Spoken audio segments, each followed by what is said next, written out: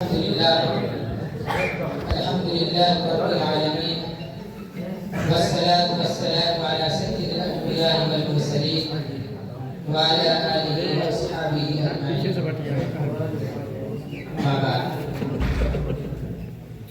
صدر محترم اسٹیج پر تشریف فرما مشرف و مربی اساتذہ کرام اور میری تعلیمی زندگی کے ہمسفر ساتھی، سب سے پہلے میں اللہ تبارک و تعالیٰ کا شکر گزار ہوں کہ اس ذات باری تعالیٰ نے ہم سب کو علم نبوت حاصل کرنے کی توفیق عطا فرمائی۔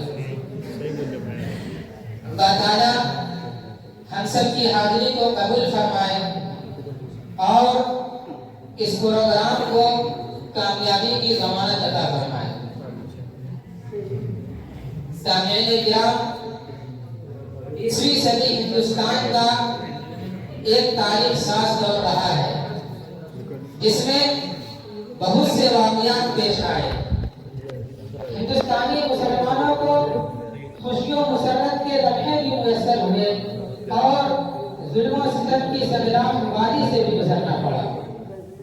متعدد تحریکات ظہور پذیر ہوئی اور بہت ہی بڑی شخصیات نے جنم لیا۔ انہی میں سے ایک نامور، باحمیت اور باغیرت شخصیت حضرت مولانا قاری سید صدیق بانوی رحمہ اللہ کی ذات اقدس ہے۔ حضرین مجلس، آج ہم اس شخصیت کی زندگی سے سبق حاصل کرنے جا رہے ہیں جنہوں نے اپنی پوری زندگی دین کی خدمت، قرآن کی تعلیم اور امت کی اصلاح میں گزار دی۔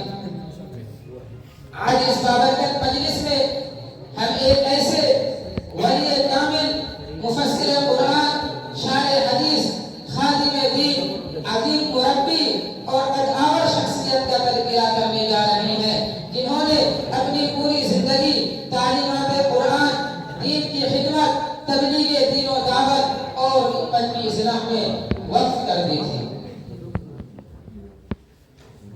حضرت مولانا قاری سید صدیق بانوی رحمہ اللہ کی ولادت 11 شوال المکرم سن 1341 ہجری بمطابق 1923 عیسوی کو ہتھوڑا نامی ایک چھوٹی سی بستی میں ہوئی۔ سامعین کرام،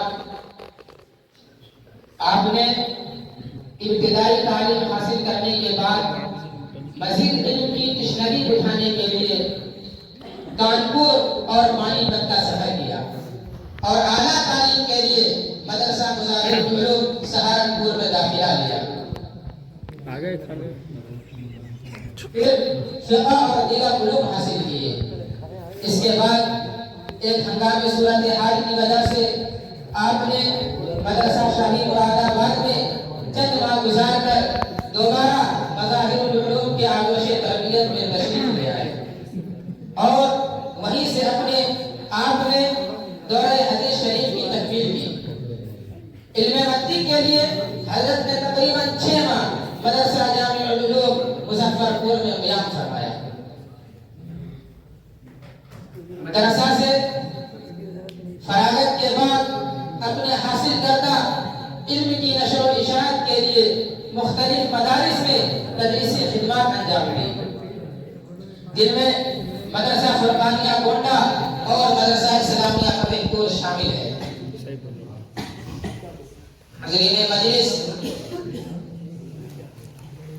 علاقہ بندیل کھنڈ میں ارتداد کی مسموم فضا نے آپ کو بے چین کر دیا۔ چنانچہ کامیاب تبلیغی دورے کے بعد اللہ پر بھروسہ کرتے ہوئے آپ نے سن 1951 عیسوی کو جامعہ عربیہ کی بنیاد رکھ دی۔ ابتدا میں یہ ادارہ ایک بہت چھوٹے پیمانے پر شروع ہوا، مگر بعد میں اللہ تبارک و تعالیٰ نے اسے علم و تقویٰ کا ایک عظیم مرکز بنا دیا۔ 1960 سے لے کر 1980 کے دوران ادارے کی زبردست ترقی ہوئی۔ دارالاقامہ، مسجد، کتب خانہ، درسگاہیں سب تعمیر ہوئی۔ 1970 کے بعد قاری صاحب کی روحانی مجالس مشہور ہو گئی. بیعت و ارشاد کے لیے ہندوستان بھر سے لوگ آنے لگے. 1980 کے بعد آپ نے کچھ اصلاحی رسائل و مضامین تحریر کی اور ادارے کی طرف سے بھی مختلف رسائل کا اجرا ہوا.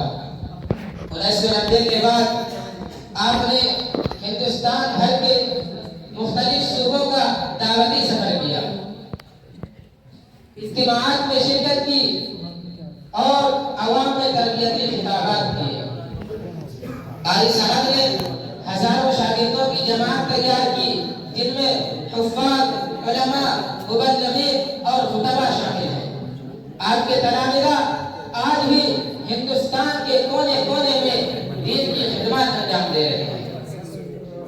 اور بالآخر 23 ربیع الثانی سن 1418 ہجری بمطابق 28 اگست 1997 عیسوی بروز جمعرات شہر لکھنؤ میں دوران علاج آپ کی روح قفس منصوری سے پرواز کر گئی. انا للہ و انا الیہ راجعون. یہ خبر بجلی کی طرح ملک و بیرون ملک میں پھیل گئی. باندہ، کانپور، لکھنؤ اور بہار ہی نہیں بلکہ پورے ملک میں ایک بحران مچ گیا. آسماں تیری لہت پر شبنم افشانی کرے، آسماں تیری لہت پر شبنم افشانی کرے، سنزر نورستہ اس گھر کی نگہبانی کرے. وآخر دعوانا